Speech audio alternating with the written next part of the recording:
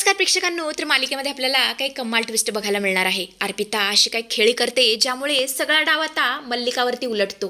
अर्पिताच्या जागी मल्लिकावरती जेलमध्ये जाण्याची वेळ येते. तेव्हा आता हे सगळं कशा पद्धतीने घडणार आहे, नेमकं काय घडणार आहे, सगळं व्हिडिओमध्ये बघूया. जबरदस्त इंटरेस्टिंग व्हिडिओ असल्यामुळे शेवटपर्यंत पहा. चला तर व्हिडिओला सुरुवात करूया. तर आपण पाहतो समर आता अर्पिताकडे अत्यंत संतापाने बघत त्याच्या दिशेने पावलं टाकतो. अर्पिताला अंदाज येतो की आता काहीतरी भयंकर घडणार आहे. समर आता जोरातच ओरडतो, अर्पिता हे काय केलंस तू? याची तुला पुसटशी तरी कल्पना आहे का? तू केवळ एक चूक नाही तर एक अत्यंत घृणास्पद आणि मोठा गुन्हा केलायस. समाजात जेव्हा एखादी सासू आपल्या सुनेचा छळ करते, तिला त्रास देते, तेव्हा तिच्यावर डोमेस्टिक व्हायलन्स, कौटुंबिक हिंसाचाराची केस दाखल होते. सेम तेच, अगदी तेच नीच कृत्य तू तुझ्या सासू सासऱ्यांच्या बाबतीत केलंयस. ज्या घराला तू घरपण द्यायला हवं होतंस त्या घराला तू नरक बनवलंयस. अगं अर्पिता, तुला जाणीव तरी आहे तू काय केलंयस? तू तुझ्या सासरच्या वयोवृद्ध माणसांचा शारीरिक आणि मानसिक छळ केलायस. त्यांना मारहाण केली आहेस तू. त्यांचं थोबाड फोडलंयस तू. पैशांसाठी आणि सत्तेसाठी त्यांना सतत धमकावलंयस तू. आणि या सगळ्यांसाठी तू एक खूप मोठी गुन्हेगार आहेस. हे जर तुझ्या सासूने तुझ्या बाबतीत केलं असतं तर आम्ही सुद्धा त्यांच्या बाबतीत हेच केलं असतं ना. त्यामुळे जसंच तसं तर झालंच पाहिजे. हे जर मल्लिका काकूंना समजलं असतं तर त्या शांत बसल्या असत्या का? नाही ना बसल्या असत्या. त्यांना शिक्षा देण्याचा प्रयत्न केलाच असता. मग हीच शिक्षा तुला सुद्धा मिळायला हवी.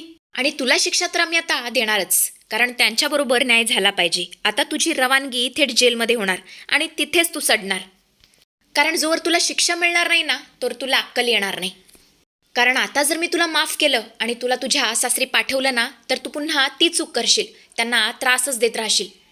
आणि समरच्या तोंडून जेल हा शब्द ऐकताच अर्पिताच्या पायाखालची जमीनच सरकते. तिला चांगलाच घाम फुटतो. ती थरथर कापू लागते. तिला आता आपला शेवट डोळ्यांसमोर दिसू लागतो. ती धावत जाऊन थेट मल्लिकाकडे जाते आणि तिच्या गळ्यात पडून रडायला सुरुवात करते. अर्पिता रडत आणि हुंदके देत म्हणत असते, मॉम, मम्मा, बघतेस ना आता काय म्हणतोय? तो मला जेलमध्ये पाठवायचं बोलतोय. मम्मा, मी जेलमध्ये नाही जाणार. अगं तिथे मी कशी राहू तूच सांग. मला जेलमध्ये नाही जायचं. अगं मम्मा, तू उभी काय आहेस? काहीतरी बोल ना प्लीज. दादाला थांबव, त्याला सांग ना मला माफ करायला. मला खरं जेलमध्ये नाही जायचं. मी तिथे नाही राहू शकत मॉम. आणि आता मात्र सगळं अर्पितावरती उलटलेलं असतं. मल्लिकाला जाम भीती वाटत असते. ती विचार करते, नाही आता मला मेलोड्रामा करावाच लागेल. त्याशिवाय हा समर पाघळणार नाही. मला काहीतरी करायलाच हवं. माझ्याकडे दुसरा कोणताच पर्याय नाही आहे. आणि असा सगळा विचार करून मल्लिका नाटक करायला सुरुवात करते. ती रागाने आणि मोठ्या आवाजात नाटक करत बोलते, दूर हो अर्पिता, माझ्यापासून दूर हो. मूर्ख कुठली? अगं एवढं सगळं झाल्यावर स्वतःच्या सासू सासऱ्यांची माफी मागायची सोडून तू स्वतःचाच मुद्दा रेटतेस.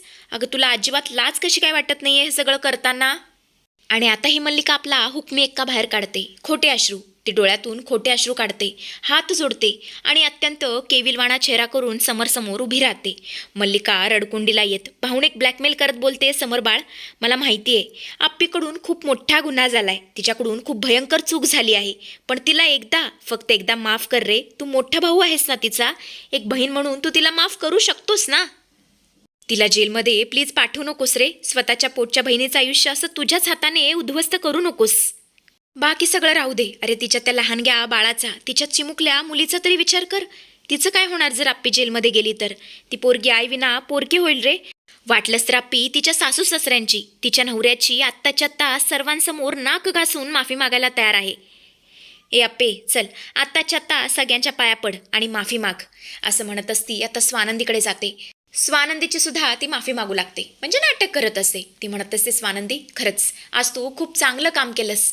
आप्पीचं खरं रूप सगळ्यांच्या समोर आणून. पण प्लीज स्वतःच्या नवऱ्याला जरा समजावून ना, समरला सांग ना, कारण तो आमचं कोणाचंच ऐकणार नाही. तो फक्त तुझेच ऐकेल. स्वतःच्या बहिणीबाबत असा कठोर निर्णय घेऊ नका. अगं सांग ना त्याला, म्हण ना तू त्याला. स्वानंदी बोलते, मला एवढंच वाटतंय की या सगळ्यांवरती अन्याय झालाय आणि अर्पिताताईंनी या सगळ्यांची माफी मागितली पाहिजे. आणि मग काय, मल्लिका लगेच तिला इशारा करते आणि पाया पडायला सांगते. आणि मग काय, मल्लिकाच्या इशाऱ्यानुसार अर्पिता आता नाटक करत सासूच्या पाया पडते. अर्पिता खोटे अश्रू ढाळत बोलते, आई मला माफ करा. माझ्यावर भूत सवार झालं होतं. जे काही घडलं होतं ना ते प्लीज एक वाईट स्वप्नासारखं विसरून जा. पुन्हा असं माझ्याकडून कधीच होणार नाही. मी तुमची चांगली सून बनून राहीन, तुमची सेवा करेन. कधीच तुम्हाला पश्चातापाची संधी देणार नाही. त्यानंतर ती सासऱ्यांकडे जाते आणि त्यांच्यासमोर सुद्धा हात जोडू लागते. त्या अर्पिताचा सासरा तर खूपच भोळाबाबडा माणूस असतो. तो लगेच फसतो. अर्पिता बोलते, बाबा तुम्ही नेहमीच मला मुलीसारखं मानता. तुम्ही माफ कराल ना मला? सून नाही तर तुमची मुलगी समजून मला फक्त एकदा माफ करा. शेवटचा चान्स द्याल ना मला प्लीज? ओ बाबा, काहीतरी बोला ना. तिचे सासू सासरे एवढे भोळे असतात, एवढे चांगले असतात की लगेच तिला माफ करतात. आणि मग काय, शेवटी ती तिच्या नवऱ्याच्या पायाजवळ येते आणि रडत बोलते, अहो तुम्ही जर माझ्यावर खरंच मनापासून प्रेम केलं असेल ना तर प्लीज मला माफ करा. मी चुकले, मला तुमची किंमत कळाली नाही. खरंच यापुढे अशी चूक कधीच होणार नाही. मी तुमची आणि आपल्या बाळाची, आपल्या आईबाबांची कायम काळजी घेत राहीन. पण प्लीज मला शेवटचा चान्स द्या. आणि अशा प्रकारे सगळ्या लोकांनी तिला माफसुद्धा केलेलं असतं. पण समर काय ऐकायला तयार नसतो. तो म्हणत असतो, हे बघ अर्पिता, तुझी ही नाटकं आता इथे चालणार नाहीत. तू कितीही माफी माग, कितीही रड, पण चूक ही चूकच असते. जो त्रास तू या निर्दोष माणसांना दिला आहेस ना, त्याची भरपाई तुझ्या खोट्या अश्रूंनी होणार नाही. आणि याची शिक्षा तर तुला भोगावीच लागेल. मी पोलिसांना आधीच फोन केलाय. इन्स्पेक्टर साहेब, घ्या हिला ताब्यात, घ्या आणि हिला अटक करा, असं म्हणत असतो फोनवरती बोलू लागतो. आणि इन्स्पेक्टर साहेबांना ताबडतोब तिकडे यायला सांगतो. पण तुरुंग हा शब्द ऐकताच ही अर्पिता पूर्णपणे बिथरते. ती विचार करते, नाही, आता मी स्वतः जाणार नाही. जिच्यामुळे हे सगळं घडलंय ना, तिला जेलमध्ये जायला हवं, असं म्हणत असती मल्लिकाचा बुरका फाडण्याचा निर्णय घेते. ती हे सुद्धा विसरून जाते की मल्लिका तिची सख्खी आई आहे. स्वतःला वाचवण्यासाठी ती आईचा बळी देण्याचा निर्णय घेते. हा सगळा विचार करून अर्पिता आता जोरातच ओरडते, मोठ्याने ओरडते आणि बोलते, नाही नाही दादा, थांबा, मला जेलमध्ये नका पाठवू. दादा, खरं सांगू का, या सगळ्यामध्ये माझी काहीच चूक नाही आहे. मी हे सगळं माझ्या मनाने नाही केलेलं. अरे एवढी सगळी अक्कल आहे का माझ्यामध्ये? तूच विचार कर, मी हे सगळं नाही केलेलं. सगळेजण आता आश्चर्याने तिच्याकडे बघू लागतात. स्वानंदी बोलते, काय, हे सगळं तुम्ही तुमच्या मनाने नाही केलेलं, मग कोणाच्या मनाने केलंय? तेव्हा समरसुद्धा बोलतो, हो अर्पिता, हे काय बोलतेस तू? नक्की तुला काय म्हणायचंय ते जरा स्पष्ट सांग, आम्हा सगळ्यांना कळेल असं सांग. मल्लिकाचे धाबे दणाणलेले असतात. तिचे डोळे भीतीने विस्फारतात. अर्पिता तर थेट मल्लिकाकडे बोट दाखवते आणि बोलते, हे सगळं करायला मला माझ्या मॉमने सांगितलं. हो, मला हे सगळं तिने सांगितलं. मॉमचं मला सतत फोन करून सांगायची की सासूचं काहीच ऐकायचं नाही, नवऱ्याला जुमानायचं नाही, त्यांना उलट बोलायचं, वेळ आली तर त्यांना मारहाणसुद्धा करायची. हे सगळं मला मॉमने शिकवलं होतं. जशी ती मला सांगत गेली तसं मी बाहुलीसारखं वागत गेले. मम्मा मला सतत सांगायची की तू राजवाडे आहेस, तुला कुणासमोरही झुकायचं नाहीये, तुझं वर्चस्व प्रस्थापित कर, असं ती मला वारंवार सांगायची. यात माझं स्वतःचं काहीच डोकं नव्हतं. या सगळ्याची मास्टर माइंड मम्माच आहे. प्लीज माझ्यावरती थोडा विश्वास ठेव दादा. तेव्हा मल्लिका घाबरूनच बोलते, अप्पे अप्पे, अगे हे काय बोलतेस तू? आणि हे सगळं ऐकल्यावर सर्वांनाच खूप मोठा धक्का बसतो. तेव्हा अर्पिताचा नवरा पुढे येतो आणि सत्यावर शिक्कामोर्तब करतो. नवरा समरला बोलतो, हो समर दादा, अर्पिता जे काही बोलते ना ते अगदी 100% खरं आहे.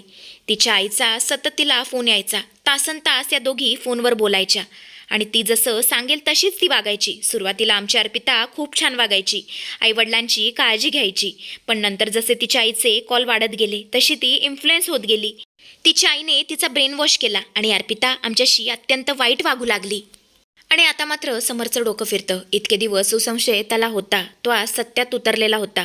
त्याचा रागाचा पारा गगनाला भिडतो आणि तो अत्यंत भयंकर नजरेने मल्लिकाकडे वळतो आणि बोलतो, काकू, म्हणजे तू खरी गुन्हेगार आहेस तर आपल्या मुलांना कसं वळण लावायचं हे आपल्या आईवरती असतं. त्यांना कुठले संस्कार द्यायचे असतात हे सर्वस्व एका आईच्या हातात असतं. ना तुला अंशुमनवरती संस्कार करता आले ना अर्पितावरती.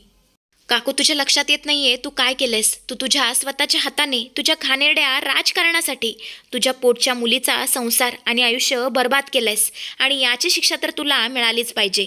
आणि तेवढंच तिथे पोलीससुद्धा आलेले असतात. समर आता जोरातच ओरडतो, इन्स्पेक्टर, अरेस्ट दिस लेडी. हिच्यावर कट रचणे आणि कौटुंबिक हिंसाचाराला प्रवृत्त करणे याखाली गुन्हा दाखल करा. मल्लिका रडत असते. ती म्हणत असते, नाही समर, समर प्लीज मला सोड, माझं ऐकून घे, पुन्हा अशी चूक माझ्याकडून होणार नाही. प्लीज मला सोडून द्या, मी सुधारण्याचा प्रयत्न करेन. अर्पिता, अगं काहीतरी बोल ना. समर प्लीज, मी तुझ्या आईसारखी आहे, मला एवढी मोठी शिक्षा देऊ नकोस. पण समर मात्र काहीच ऐकायला तयार नसतो. तेव्हा आजी बोलते, समर अजिबात हिचं ऐकू नकोस. या मल्लिकाने आजवर या घरामध्ये खूप कटकारस्थान केली आहेत. हिच्यामुळे या घराची शांतता भंग पावलेली आहे आणि या सगळ्याची शिक्षा हिलाच मिळायलाच हवी. ही जर या घरामध्ये आणखी एक क्षणभर राहिली ना तर अशीच सगळ्यांच्या आयुष्यात विष कालवत राहील. आणि अशा प्रकारे आजींनी निर्णय घेतलेला असतो. तर अशा पद्धतीचा ट्विस्ट आपल्याला येणाऱ्या भागांमध्ये बघायला मिळणार आहे. असेच अपडेट्स बघत राहण्यासाठी चॅनलशी कनेक्टेड रहा.